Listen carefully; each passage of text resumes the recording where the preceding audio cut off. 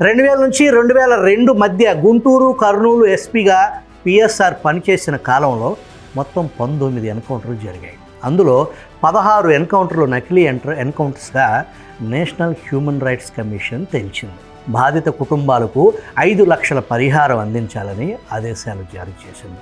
ఇప్పుడు ఆ file reopen అయ్యింది. ఇవేమీ ఉండవల్లికి తెలియదు అని మనం అనుకోవాలా?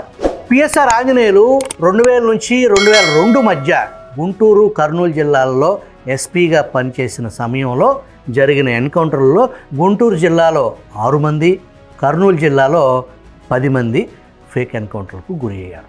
వారందరూ మావోయిస్టులతో లింక్స్ అనే పేరుతో చిల్లర దొంగతనాలకు పాల్పడే వారిని కాల్చి చంపేశారు. అసలు నక్సలైట్లు, అసలు సెస్సుల ఫ్యాక్షనిస్టుల జోలికి పిఎస్ఆర్ పోలేదు. కీర్తికాంక్షతో తన హీరోయిజం చూపించుకోవటానికి ఈ దారుగానికి పాల్పడ్డారు.